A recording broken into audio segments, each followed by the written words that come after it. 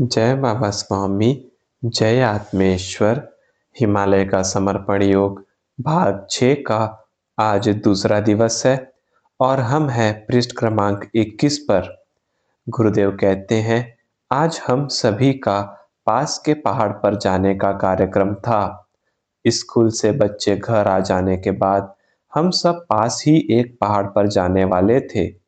उस पहाड़ पर एक बॉटेनिकल गार्डन बनाया हुआ था। मैं घर पर रहकर बाकी सब तैयारी कर रहा था। मैं शरीर से समाज में आ गया था, परिवार में आ गया था, लेकिन अभी भी हिमालय में स्थित जैन मुनियों के साथ जो समय गुजारा था, उसे लेकर चित्त अभी भी छोटी-छोटी बातों से भी उधर चला जाता था। मुझे करीब 1 माह हो गया था, लेकिन ऐसा लगता था मानो मैं कल ही उनसे मिलकर आया हूँ। थोड़ी देर बाद पत्नी और बच्चे स्कूल से आए। बच्चों ने अपने स्कूल के कपड़े बदले, हाथ पैर धोकर फ्रेश हो गए। पत्नी भी तैयार हो गई। फिर तब तक मैंने चाय बनाई और हम सब ने चाय पी, साथ में टोस्ट भी खाए। वहाँ केवल चाय न पी जाती थी और न किसी को भी दी जाती थी। वहाँ पर चाय के साथ टोस्ट या बिस्किट देने की प्रथा थी। वही रिवाज का पालन हम भी अपने घर में कर रहे थे। हम सब तैयार होकर पहाड़ के ऊपर की ओर चल दिए। कुछ ही समय के बाद हम सब उस पहाड़ पर पहुंच गए। वहां सरकार की ओर से एक विशाल बॉटेनिकल गार्डन बनाया था। विभिन्न प्रकार के वृक्ष वहां पर लगाए गए थे। वहां जाकर मुझे महसूस हुआ, यह एक प्रकार का मानव निर्मित वन है, जिसमें मनुष्य ने अपने उपयोग में आने वाले या उसे जो पसंद है वही वृक्ष लगाए हैं और इस वन का चैतन्य अलग है। लेकिन हिमालय की तलहटी में जो वन है वह मानव निर्मित नहीं है, वह प्रकृति निर्मित है। इसीलिए उन वनों का चैतन्य अलग ही प्रतीत होता है। वहां पर एक रुद्राक्ष का पेड़ मिला। वह रुद्राक्ष का पेड़ काफी बड़ा था और जमीन पर कई रुद्राक्ष पड़े हुए थे। बच्चे वही रुद्राक्ष इकट्ठा करने लग गए और हम वहीं पर बैठकर बातें करने लग गए। पत्नी ने पूछा, बौद्ध भिक्षु या इस बार के प्रवास में मिले जैन मुनि आपसे अलग होते हुए भी आपसे इतने कैसे घुल मिल जाते हैं? उन्हें वे अलग धर्म के हैं और आप एक अलग धर्म के हैं, इसका एहसास क्या कभी नहीं होता है? मैंने कहा, तू जानती है बौद्ध धर्म पर चलने वाले लोगों को, तू जानती है जैन धर्म के मार्ग पर चलने वाले लोगों को, लेकिन मैं मिला हूँ बौद्ध धर्म अपनाकर शून्य स्थिति तक पहुंचे हुए बौद्ध भिक्षुओं को, या जैन धर्म अपनाकर संपूर्ण जागृत स्थिति तक पहुंचे हुए जैन मुनियों को। बौद्ध भिक्षुओं की बात करूं तो वे बुद्ध पुरुष है या ज्ञानी पुरुष है जो जाति और धर्म से भी ऊपर उठ गए हैं। और जैन मुनियों की बात करूं तो जैन शब्द का अर्थ है जगा हुआ, यानी जो जागृत है वह जैन है। वह भले ही धर्म से जैन न भी हो। यह हृदय की विशालता ही है कि जैसे जैसे मनुष्य को ज्ञान प्राप्त होता है, मनुष्य जागृत होता है, और जैसे जैसे जागृत होता है वैसे वैसे जाति, धर्म, लिंग, भाषा, देश, यह सभी भेद समाप्त हो जाते हैं। अब मैं मेरे ही अंदर आए बदलाव से तुझे समझाने का प्रयास करता हूँ। मैंने एक कट्टर ब्राह्मण परिवार में जन्म लिया। एक कर्मठ ब्राह्मण परिवार के संस्कार मेरे ऊपर हुए। सारा बचपन कर्म कांडों में गुजरा।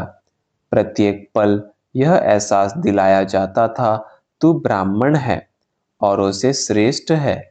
तुझे अपने ही जैसे श्रेष्ठ जाति के बच्चों के साथ ही रहना चाहिए, अन्यथा गलत संस्कार आ जाएंगे। और अगर गलत संस्कार आ गए तो अपना ब्राह्मण समाज क्या कहेगा? इस प्रकार का वातावरण मेरे आसपास सदैव बना ही रहता था। लेकिन मेरी आत्मा पर मेरे पूर्व जन्म के संस्कार थे। मेरे पास मेरे पूर्व जन्म का ज्ञान था और वही सब मुझे अलग रास्ता बताता था। मुझे बचपन में सदैव लगता था जो बताया जा रहा है वह सब सही नहीं है। सत्य कुछ और ही है। मेरे बड़े लोग जो बता रहे हैं वह उन्होंने सुना हुआ है। उन बातों का उनके पास कोई प्रमाण नहीं है। और यही भीतर से उठने वाली आत्मा की आवाज मुझे सत्य क्या है वह जानने के लिए प्रेरित करती थी। और जब जाना तो समझा, ब्राह्मण शब्द का अर्थ है जो ब्रह्म ज्ञानी व्यक्ति है, जिसे ब्रह्मा का ज्ञान है। ध्यान रखना, यहाँ पर ज्ञान शब्द का अर्थ है अनुभूति, यानी ब्राह्मण यानी वह व्यक्ति जिसने ब्रह्मा की अनुभूति पाई हो। और जिसने ब्रह्मा की अनुभूति पाई हो वह इन जाति और धर्म की सीमाओं से ऊपर हो जाता है। और जब मैंने ब्रह्मा की अनुभूति पाई तो ब्राह्मण शब्द का अर्थ समझ में आ गया। ब्राह्मण यानी ब्रह्मज्ञानी व्यक्ति। और आवश्यक नहीं कि वह ब्रह्मज्ञानी व्यक्ति जाति से ब्राह्मण ही हो। अब तो प्रत्येक ब्रह्मज्ञानी व्यक्ति को मैं ब्राह्मण ही मानता हूँ, भले ही वह जाति से ब्राह्मण न हो। अनुभूति एक प्रकार का ज्ञान है। वह न होने पर मनुष्य जो दिख सकता है या जो शरीर से संबंधित है उतना ही पकड़ पाता है। इसीलिए शरीर से ब्राह्मण जाति में जन्म लिया तो ब्राह्मण, बस इतना ही पकड़ में आ गया। मनुष्य को अनुभूति हो जाने के बाद ही सत्य का पता चलता है। अनुभूति भी मनुष्य को कई जन्मों के बाद प्राप्त होती है। अनुभूति प्राप्त होना और मुझे अनुभूति हुई है यह ज्ञान होना, इसमें भी कई जन्म चले जाते हैं। कुछ मनुष्यों को अच्छी संगत, अच्छा सानिध्य मिल जाने के कारण भी गुरु कृपा हो जाती है और अनुभूति हो जाती है। लेकिन उसके बाकी बुरे कर्म समाप्त हुए बिना उस अनुभूति का एहसास नहीं होता। मनुष्य तो उस अज्ञानी बालक जैसा होता है जिसकी माँ उसे नहलाकर साफ करती है, अच्छे स्वच्छ कपड़े पहनाती है, लेकिन अज्ञानी बालक को इन सब का ज्ञान नहीं होता है। वह यह स्नान होने के बाद भी घर के बाहर आकर गंदे स्थानों पर जाता है और अपने आप को मिट्टी में लोट लगाकर गंदा कर लेता है। वह यह सब इसीलिए करता है क्योंकि उसने स्नान किया है, इसका उसे एहसास ही नहीं होता। इसी प्रकार अनुभूति पाना और अनुभूति का एहसास होना अलग अलग बातें हैं और इन दोनों में भी मनुष्य के कई जन्म चले जाते हैं। यह सब जन्मों जन्मों की उत्क्रांति की प्रक्रिया है। सब धीरे धीरे ही होता है। यह उत्क्रांति भी शुरुआत भी गुरु सानिध्य से ही होती है और इसका अंत भी गुरु सानिध्य से ही होता है। और इस उत्क्रांति की प्रक्रिया में आत्मा का शरीर में ही होना आवश्यक होता है। और शरीर में होने पर शरीर की अज्ञानता ही सदैव आड़े आती है। इस प्रकार आत्मा की उत्क्रांति में शरीर सहायक भी है और बाधक भी है। आत्मा को इस शरीर की बाधा को तोड़ना पड़ता है, उससे मुक्त होना होता है। और यह तभी संभव है जब आत्मा को पवित्र आत्माओं की सामूहिकता प्राप्त हो। और जीवन में पवित्र आत्माओं की सामूहिकता केवल एक ही स्थान पर होती है, वह है सद्गुरु। क्योंकि सद्गुरु वह पवित्र आत्मा है जो अपने जीवन काल में लाखों आत्माओं से जुड़े हुए होते हैं और लाखों आत्माएं उनसे जुड़ी हुई होती है। और जब आत्मा किसी सद्गुरु के सानिध्य में आती है तब वह सद्गुरु की मुक्त अवस्था देखकर प्रभावित होती है और उसे भी मुक्त होने की प्रेरणा सद्गुरु से मिलती है। और यह प्रेरणा ही आत्मा के उत्क्रांति की प्रथम पादान है। यह प्रेरणा ही आत्मा के उत्क्रांति की ओर ले जाती है और इस क्षेत्र की अंतिम पादान अनुभूति है। लेकिन अनुभूति और मोक्ष की स्थिति के बीच मनुष्य के कर्मों की दीवार खड़ी होती है। सद्गुरु की प्रेरणा से आत्मा ने अनुभूति तक की यात्रा की, लेकिन मोक्ष पाने के पहले आत्मा को अपने शरीर के द्वारा किए गए कर्मों को भोगना ही पड़ता है। और इन्हीं कर्मों के कारण अनुभूति प्राप्त होने के बाद भी अनुभूति पाली इसका एहसास ही नहीं होता।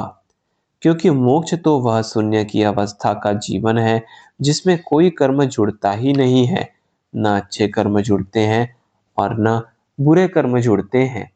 वे इसीलिए नहीं जुड़ते क्योंकि इन कर्मों को जोड़ने वाला मैं का अहंकार ही नहीं रहता है। मनुष्य का यह मैं का अहंकार ही उसके साथ अच्छे और बुरे कर्मों को जोड़ता है। अनुभूति पाकर भी वह कहता है, यह कार्य मैंने किया, तो किए गए अच्छे कार्य उसके खाते में जुड़ जाएंगे। अगर उसने बुरे कार्य अहंकार के साथ किए तो बुरे कार्य उसके साथ जुड़ जाएंगे और फिर अच्छे कर्म और बुरे कर्म के चक्र में आत्मा फंस जाएगी। कुंडलिनी के रूप में प्रत्येक आत्मा के साथ उसके कर्मों का हिसाब किताब होता है। कुंडलिनी एक प्रकार की हिसाब किताब की पुस्तक ही है, ऐसा समझे तो चलेगा। जैसे तुम्हारे स्कूल में एक टीचर की बदली एक गांव से दूसरे गांव होती है तो तू कहती है ना कि उस टीचर की CR कॉन्फिडेंशियल रिपोर्ट गोपनीय अहलाव भी दूसरे गांव के स्कूल में भेजी जाती है। वह टीचर कैसी है, उसमें क्या अच्छाइयाँ हैं, उसमें क्या बुराइयाँ हैं, वह क्या क्या काम कर सकती है, उसने क्या क्या अच्छे कार्य किए हैं, उसने क्या क्या खराब कार्य किए हैं, इन सब बातों का लेखा जोखा उस CR में होता है और टीचर की बदली होने पर वह भी भेजी जाती ही है। और नए प्रिंसिपल केवल वह CR देखकर ही टीचर को जान जाते हैं, भले ही उन्होंने टीचर को देखा भी न हो। ठीक ऐसी ही कुंडलिनी शक्ति मनुष्य की CR ही है। इसमें मनुष्य के जन्मों जन्मों का हिसाब किताब होता है और कुंडलिनी का यह हिसाब सद्गुरु को पढ़ते आता है। इसीलिए वे यह हिसाब पढ़कर ही सब करते रहते हैं और यही कारण है कि वे प्रत्येक आत्मा से अपेक्षा नहीं करते कि वह इसी जन्म में मोक्ष प्राप्ति कर ही ले।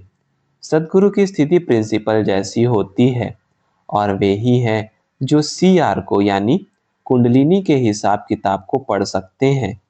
इसीलिए मनुष्य ने सदैव कर्म करते समय सोच समझकर कर्म करना चाहिए और कोई भी कर्म अपनी आत्मा से छुपकर नहीं किया जा सकता है। आत्मा सब देखते ही रहती है और आत्मा के समक्ष ही सारे कर्मों का हिसाब किताब कुंडलिनी में रिकॉर्ड होते ही रहता है। सद्गुरु इस रिकॉर्ड के आधार पर ही संकेत देते रहते हैं। वे संकेत देते रहते हैं या यूं कहे कि सद्गुरु के माध्यम से संकेत आते रहते हैं। क्या करना चाहिए और क्या नहीं करना चाहिए, सद्गुरु भी एक सीमा में रहकर ही संकेत देते हैं। इसीलिए उनके दिए गए संकेत मनुष्य को समझ में नहीं आते हैं। मनुष्य की देखने की दृष्टि संकुचित होती है और सद्गुरु से आने वाले संकेत पूर्व जन्म के कर्मों के आधार पर भविष्य में आने वाले संकटों से बचने के लिए होते हैं। प्रायः मनुष्य पूर्व जन्म के कर्मों के प्रभाव में ही इस जन्म में कार्य करता है। बुरे कर्मों की तो श्रृंखला ही चलते रहती है, क्योंकि पूर्व जन्म के बुरे कर्म वर्तमान जन्म में भी पाप कर्म घटित कराते हैं और भविष्य पर भी उसका प्रभाव होता ही है। पाप कर्मों के चक्रव्यूह से बाहर निकलना कठिन हो जाता है। आत्मा अपने कर्मों के अनुसार ही जन्म लेती है। पत्नी की जिज्ञासा और बढ़ गई। वह बोली, यह पाप कर्म की चक्री में फंसी आत्मा बाहर कैसे आ सकती है? तो मैंने कहा, जब कभी जीवन में पापात्मा किसी सद्गुरु के सानिध्य में आती है, तब सद्गुरु के पास पापात्मा और पुण्य आत्मा यह भेद नहीं होता है। सद्गुरु का स्वभाव ही दयालु होता है। वे सभी पर दया करते हैं, सबको क्षमा करते हैं, सभी पर कृपा करते हैं। उनकी कृपा जब ऐसी किसी आत्मा पर होती है, वह आत्मा को नई दिशा देती है। नई दिशा की प्रेरणा मिलने के बाद धीरे धीरे मनुष्य के पाप कर्म समाप्त होते हैं, लेकिन इस दिशा में चलते समय भी पूर्व कर्म अनुभूति का एहसास नहीं होने देते हैं, क्योंकि अनुभूति कर्म बंधन से मुक्ति की ओर ले जाती है। इसीलिए एकमात्र मार्ग है, एकमात्र रास्ता है। जीवन में कभी भी, कहीं भी, किसी से भी अनुभूति प्राप्त हो तो उस माध्यम को ही परमात्मा मानकर उसे ही संपूर्ण समर्पित हो जाओ। परमात्मा एक विश्वव्यापी शक्ति है। वह कभी भी शरीर नहीं हो सकती है, लेकिन वह विश्वव्यापी शक्ति ने मुझ तक पहुंचने के लिए जिस माध्यम का चुनाव किया, वह माध्यम ही मेरे लिए परमात्मा हो गया। मैंने भी मेरे जीवन में मेरे सद्गुरु श्री शिव बाबा को परमात्मा माना, और यह जानते हुए कि वे हाड़ मांस के एक सामान्य शरीरधारी मनुष्य थे, मैंने मेरा संपूर्ण समर्पण उस सद्गुरु को कर दिया। तो मेरा स्वयं का मैं का अस्तित्व ही समाप्त हो गया, और वे जिस अवस्था तक पहुंचे थे, उस अवस्था तक पहुंचने में यह समर्पण का भाव ही सहायक सिद्ध हुआ।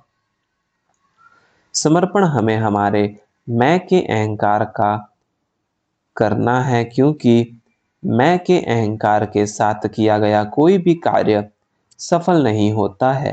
प्रत्येक आत्मा के मोक्ष के मार्ग में सबसे बड़ी बाधा यह मैं है। मैं का संबंध अहंकार से है, और अहंकार का संबंध शरीर से है। अहंकारी मनुष्य की स्थिति एक शराब पीने वाले व्यक्ति जैसी है। जैसे कि एक व्यक्ति शराब पीता है, तो वह व्यक्ति कोई भी अपराध कर सकता है, यह माना जाता है, क्योंकि शराब पीकर उसने अपने ऊपर से अपना नियंत्रण खो दिया। तो नियंत्रण खोया हुआ मनुष्य अनियंत्रित होता है, और अनियंत्रित व्यक्ति कोई भी अनियंत्रित कार्य कर सकता है। ठीक इसी प्रकार मैं के अहंकार वाला मनुष्य अहंकार के साथ कुछ भी कार्य करे, वह अपना नुकसान ही करता है, क्योंकि पुण्य कर्म भी करे तो वह मैं के अहंकार के साथ करेगा, और अपने उन पुण्य कर्मों को बांधेगा, तो उन पुण्य कर्मों को भोगने फिर से जन्म लेगा। और क्या गारंटी है कि पुण्य कर्म भोगते समय वह पाप कर्म नहीं करेगा। जो पुण्य कर्म कर सकता है वह पाप कर्म भी कर सकता है, क्योंकि कर्ता भाव भी एक स्थिति है, वही कर्म कराते रहती है। यहाँ कर्ता भाव का ही समर्पण करना है, और इस अपने भीतर के मैं को विसर्जित करने के लिए परमात्मा से अच्छा कोई स्थान नहीं है। इसीलिए सद्गुरु को ही मैंने परमात्मा माना, और अपने मैं के अहंकार को विसर्जित किया। जिस प्रकार मनुष्य को डूबकर आत्महत्या करनी है और अपने शरीर को नष्ट करना है, तो अत्यधिक जल की आवश्यकता होती है। अत्यधिक जल वाले स्थान में ही डूबकर वह आत्महत्या कर सकता है, अपने शरीर को समाप्त कर सकता है। ठीक इसी प्रकार से मनुष्य को अपने मैं के अहंकार को विसर्जित करने के लिए सद्गुरु के दया सागर की आवश्यकता होती है। उन्हीं के कृपा सागर में मनुष्य अपने मैं के अहंकार को समाप्त कर सकता है। लेकिन सद्गुरु को केवल पाकर काम नहीं चलेगा, हमें उन सद्गुरु को अपना समर्पण करना होगा। यह सद्गुरु नहीं करा सकते, यह हमें स्वयं ही करना होगा। केवल सद्गुरु को पाकर कुछ नहीं होता, सद्गुरु को समर्पित होकर अपना अस्तित्व खोना आवश्यक है। अन्यथा तो मैंने सद्गुरु को भी पा लिया, यह नया अहंकार आप में आ जाएगा। तो यह नया अहंकार आपके अहंकार को वृद्धिगत ही करेगा। अहंकार समाप्त कहाँ हुआ, उल्टा और अहंकार बढ़ गया। अहंकार बढ़ जाने पर मनुष्य प्रदर्शन करता है, और अहंकार कम हो जाने पर मनुष्य अंतर्मुख होता है। आप इसी से अपनी स्वयं की पहचान कीजिए। इस प्रकार मोक्ष की राह में सबसे बड़ी बाधा यह मैं का अहंकार ही है, क्योंकि इस अहंकार से ही शरीर का प्रभुत्व आत्मा पर बना ही रहता है, और शरीर में रहते हुए शरीर के बंधन से मुक्त होना ही मोक्ष है। मनुष्य की मृत्यु हो जाने पर तो आत्मा मनुष्य के शरीर के प्रभाव से मुक्त हो जाती है, लेकिन शरीर के भीतर रहते हुए अगर परम आत्मा शरीर के प्रभाव से मुक्त हो पाती है, तो वह मुक्त स्थिति मोक्ष कहलाती है। और यह स्थिति केवल और केवल अपने सद्गुरु को समर्पित होकर ही प्राप्त की जा सकती है। आप साधना करके प्राप्त करने का तो कई जन्म और लग जाएंगे, यह एक रहस्य है। लेकिन यह जिसने जाना, वह यह रहस्य दूसरे को नहीं बता पाता है। पत्नी बोली, अब जान गए हैं तो आप स्पष्ट स्पष्ट दूसरों को यह रहस्य क्यों नहीं बताते। मैंने कहा, सामने वाले की ग्रहण करने की गुणग्राहकता नहीं होगी तो वह मेरे मुख से निकलेगा ही नहीं। यह बताना या न बताना मेरे हाथ में नहीं है, मैं स्वयं ही एक माध्यम हूँ। सामने वाले की स्थिति के अनुसार ही निकलता है। जो भी परमात्मा का ज्ञान होता है उस पर किसी का भी नियंत्रण नहीं होता है। उस माध्यम का स्वयं का भी नियंत्रण नहीं होता। वह तो जैसा शिष्य मिलता है वैसा ही वह बाहर आता है। अब रही बात तेरी, तो तू मेरी अर्धांगिनी होने के कारण मेरी स्थिति तुझे अनायास ही प्राप्त हो गई, और यह ज्ञान जो मुझे प्राप्त था वह अनायास ही तेरे सामने निकल गया। लेकिन जो भी मुझे समर्पित होगा वह समरस होगा, और जो भी समरस होगा उसे यह ज्ञान स्वयं ही प्राप्त हो जाएगा। न वह लेगा और न मैं दूंगा, क्योंकि यह ज्ञान देने और लेने से ऊपर का होता है। यह ज्ञान आत्मा का ज्ञान है। यह आत्मा से समरसता स्थापित हो जाने के बाद अनायास ही प्राप्त हो जाता है। जय बाबा स्वामी, जय आत्मेश्वर।